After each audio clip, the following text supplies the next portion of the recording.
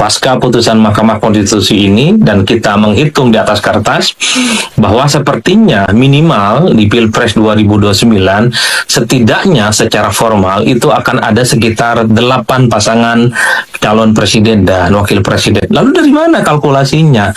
Tentu itu didasarkan atas 8 partai politik yang lolos ke parlemen 2024. Jadi 8 partai ini kalau kita mengacu pada putusan Mahkamah Konstitusi itu otomatis punya tiket untuk mencalonkan diri sebagai calon presiden dan calon wakil presiden. Siapa mereka? Ya tentu kalau kita hitung satu persatu ya pastinya yang hampir bisa dipastikan maju itu adalah Prabowo Subianto, Ketua Umum Gerindra dan saat ini adalah Presiden definitif. Lalu siapa lagi? Ada PDIP. Tentu PDIP punya intensi untuk memajukan jagoan mereka maju di Pilpres.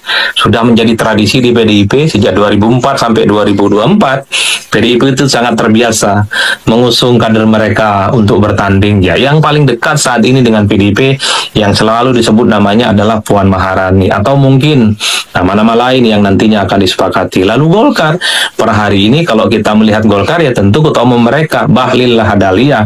Kalau Bahlil tetap menjadi ketua umum misalnya sampai 5 tahun yang akan datang, bukan tidak mungkin Bahlil lah yang akan maju atau siapapun nantinya yang akan diusung oleh Golkar. Setelah itu tentu adalah Muhaimin Iskandar, the one and only, sosok yang nyaris tidak pernah tergantikan di PKB. Itu juga potensial maju tuh dan tiketnya juga ada. Setelah itu ada Nasdem, ya mungkin ya Surya Paloh tertarik maju Pilpres atau siapapun nanti yang akan diusung oleh Nasdem. Siapa tahu nama Anies Baswedan akan kembali diusung ya, mengingat Nasdem sudah punya golden ticket untuk maju di Pilpres 2029. Setelah itu siapa? Ada Partai Amanat Nasional, ketua umum mereka Zulkifli Hasan, saya kira profiling politiknya mantap dan sangat layak untuk bisa maju, kira-kira begitu. Dan yang terakhir adalah AHY. Jadi AHY itu sejak terjun ke politik ya, kemudian maju di Pilgub Jakarta 2017, kemudian jadi ketua umum Partai Demokrat, itu selalu digadang-gadang sebagai calon pemimpin nasional yang potensial menjadi capres dan cawapres di Republik ini. Di 2029 Demokrat punya kesempatan mengusung AHY untuk menjadi kandidat di Pilpres ya.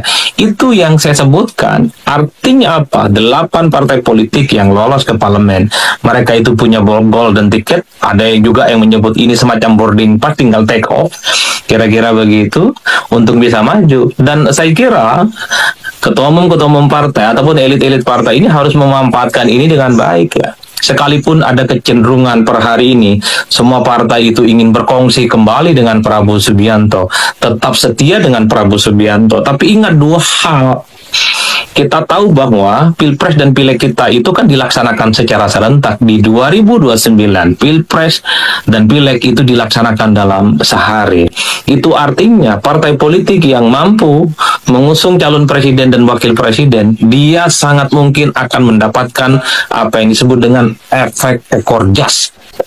Jadi kalau partai-partai seperti PDIP, kemudian Golkar, kemudian siapa lagi, PKS, PAN, Nasdem, kemudian PKB dan seterusnya, kalau Gerindra pasti Prabowo, itu kalau memajukan calon di 2029, pastinya secara kalkulasi politik suara pilegnya itu akan naik secara signifikan.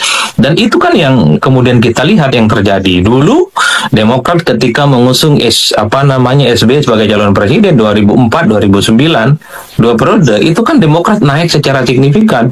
PDIP ikut bertanding sekalipun kalah di Pilpres 2004-2009, pilegnya naik secara signifikan.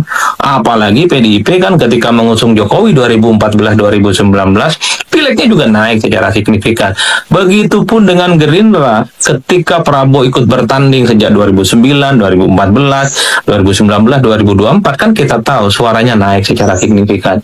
Bahkan yang teranyar yang bisa kita raba itu adalah suara Nasdem, suara PKB, dan suara PKS itu kan naik secara signifikan setelah partai ini misalnya mengusung Muhaimin Iskandar dan kemudian mengusung Anies Baswedan.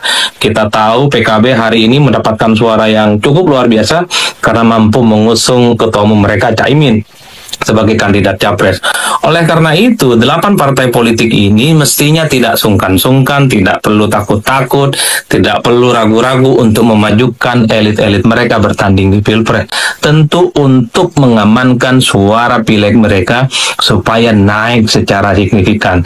Karena dalam keserentakan Pilpres dan Pileg berbahaya bagi partai, tidak punya jagoan, mesin politiknya tidak solid, mesin dan struktur pemenangannya itu tidak konsolidatif, maka dia akan ditinggalkan oleh pemilih.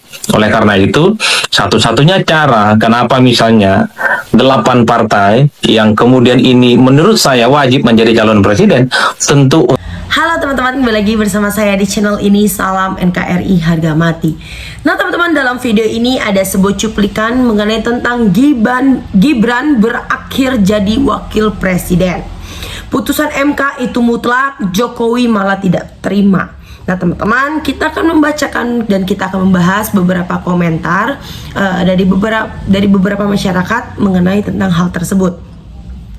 Yang penting jangan pilih lagi orang yang pelangak pelongo, yang penjilat, yang merusak demokrasi. Orang yang belum berpengalaman banyak, jangan orang yang koruptor. Pilihlah yang ijazahnya asli, yang berpengalaman, yang pintar dan yang bersih. Mudah-mudahan saja Gibran cepat-cepat dilengsarkan jadi wakil presiden akibat keputusan hakim yang membatalkan undang-undang. Rakyat Indonesia setuju jabatan wakil presiden dilengsarkan. Sangat setuju yang dimaksudkan secepatnya. Saya dukung Bu Puan maju calon presiden tahun 2029. Gibran ijazahnya juga nggak jelas.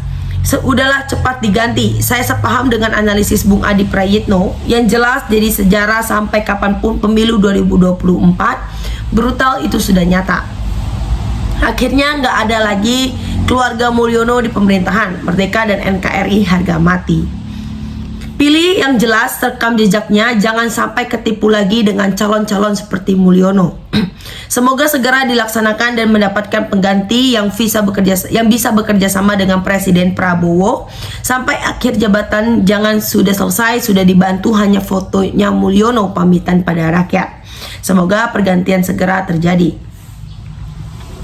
Penyesalan tidak di depan tapi di belakang. Pilih lagi besok 2029. Bansos hanya dimakan seminggu, menderita 5 tahun.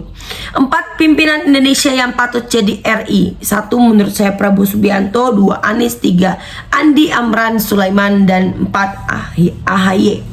Yang setuju boleh komentar akan hal tersebut.